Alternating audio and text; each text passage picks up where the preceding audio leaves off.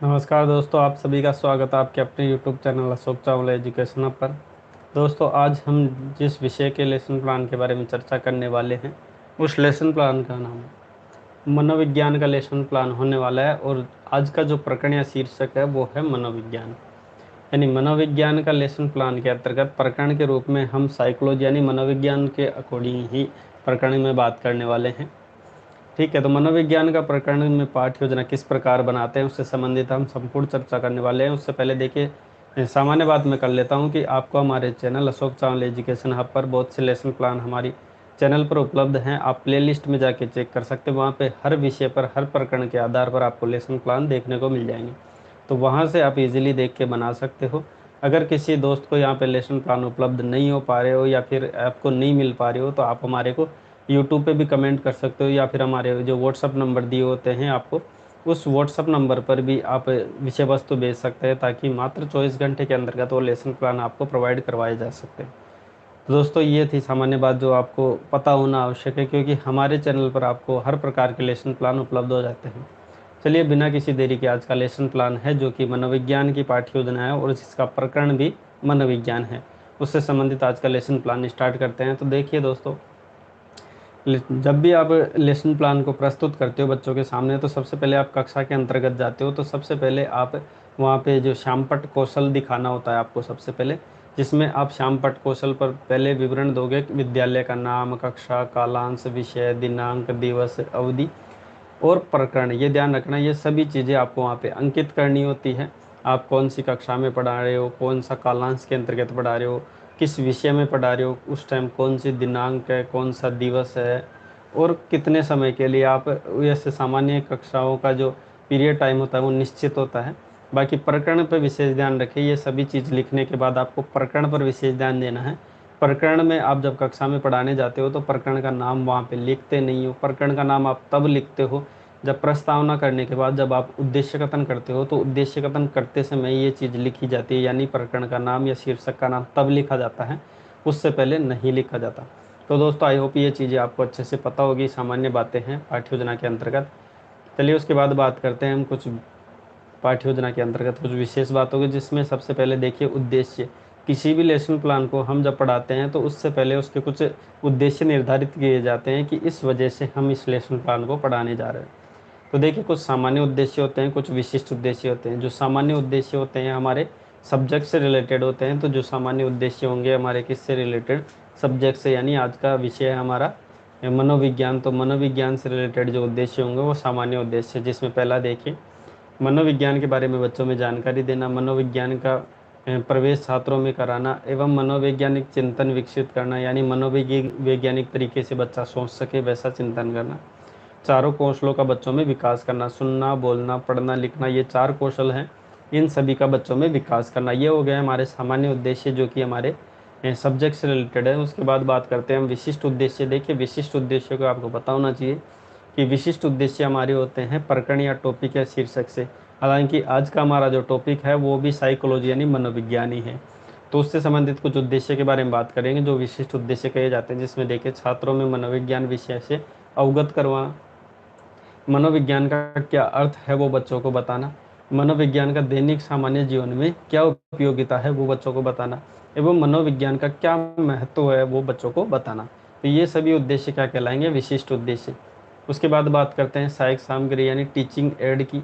Teaching ads में क्या होता है कि छात्र अध्यापक या छात्र अध्यापिका को पाठ्य योजना पढ़ाते समय किन्हीं वस्तुओं की सहायता ली जाती है। पाठ को पढ़ाते समय उन वस्तुओं को ही टीचिंग एड या सहायक सामग्री का कह दिया जाता है, जिसमें चौक, डस्टर, श्यामपट्ट, लपेट फलक, संकेतक।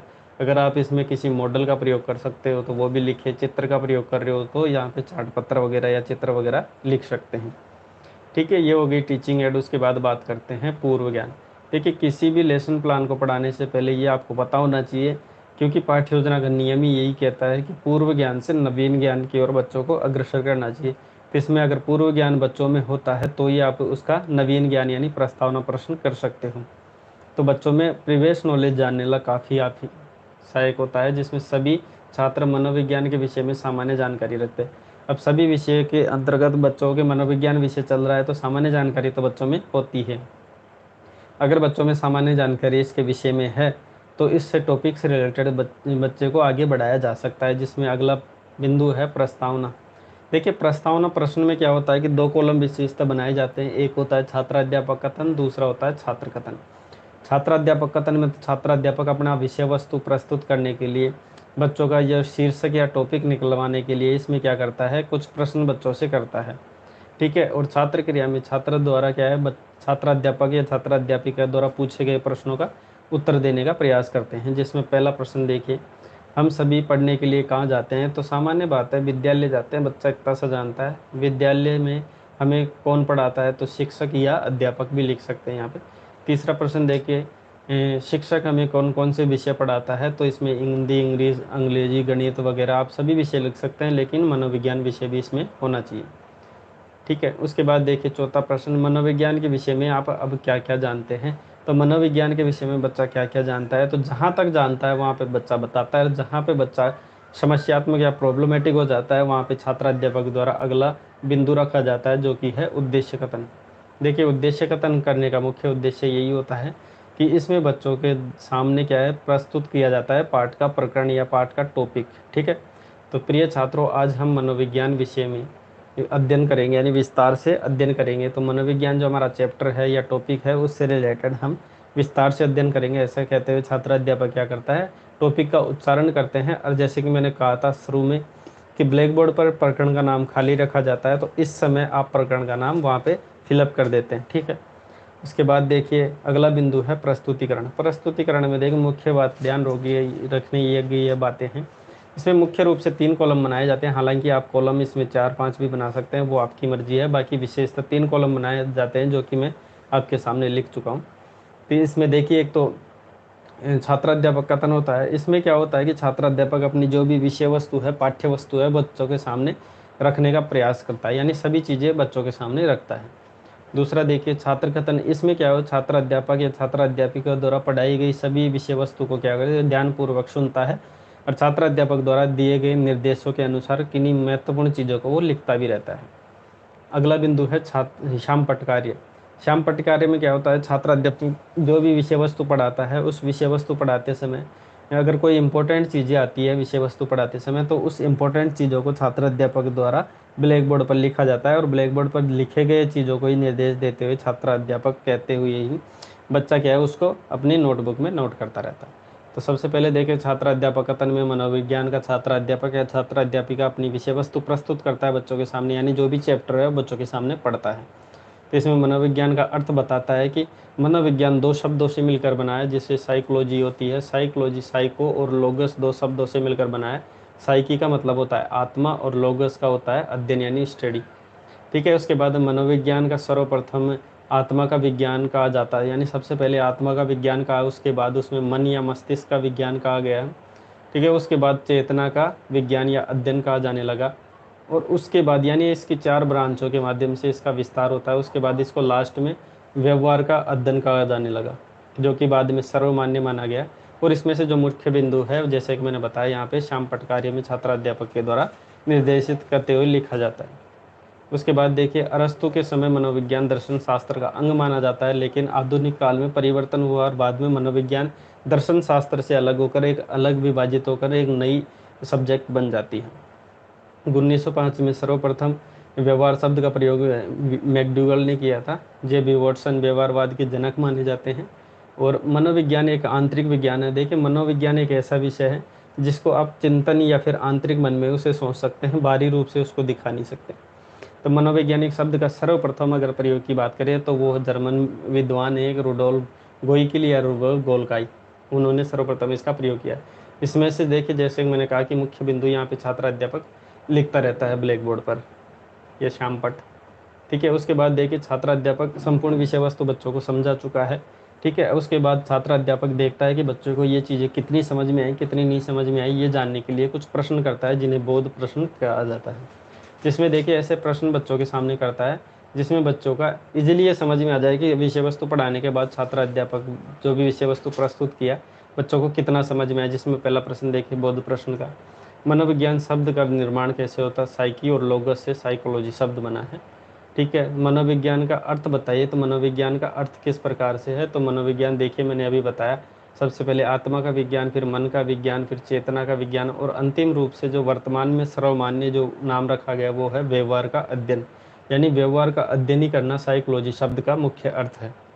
ठीक है, उसके बाद बात करते हैं मूल्यांकन प्रश्न। अब देखिए, मूल्यांकन प्रश्न का विशेष औचित्य रहता है इसमें। यह प्रश्न करने का मुख्य उद्देश्य यही रहता है कि छात्र अध्यापक द्वारा जो विषय वस्तु पढ़ाई गई है उस संपूर्ण विषय वस्तु का छात्र कितना अध्ययन कर पाया, कितना ज्ञान कर पाया। और ये इसका मुख्य उद्देश्य ये है कि बच्चों का आकलन करना, कि संपूर्ण विषय के बाद बच्चों का कितना समझ में आया। ये विषय वस्तु के आधार पर बच्चों का आकलन किया जाता है। जिसमें पहला प्रश्न देखिए, अरस्तु के समय मनोविज्ञान किस शाखा का अंग था? तो जैसे मैंने बताया, दर्शन शास्त्र का अंग था। दूसरा, सर्वप्रथम व्यवहार शब्द का प्रयोग तो मैकडूगल ने किया।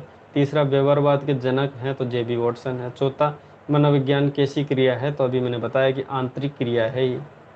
पांचवा प्रश्न देखिए, मनोविज्ञान शब्द का सर्वप्रथम प्रयोग तो रुडोल्फ गोयलका या फिर गोइकिल। चलिए उसके बाद बढ़ते हैं अगले बिंदु की तरफ। उससे पहले पानी।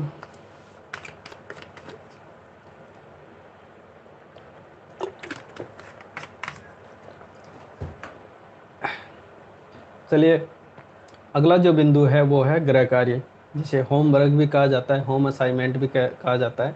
वो सभी विषय के अंतर्गत आप अपने अकॉर्डिंग लिख सकते हैं। बाकी होमवर्क देना ही बच्चे का इसमें मुख्य उद्देश्य होता है। इसमें देखिए, बच्चों को पढ़ाई गई संपूर्ण विषय वस्तु बच्चा रिवीजन कर पाए, उसका रिकॉल कर पाए, ऐसा प्रश्न इसमें रखा जाता है।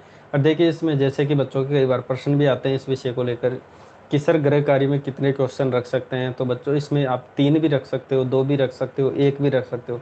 अगर आपकी विषय वस्तु के अकॉर्डिंग वो प्रश्न मैच कर रहा है, कि उस प्रश्न को देने के बाद आपको लग रहा है कि बच्चा इसमें संपूर्ण पाठ का रिवीजन कर पाए, तो वो प्रश्न आपके लिए काफ़ी है।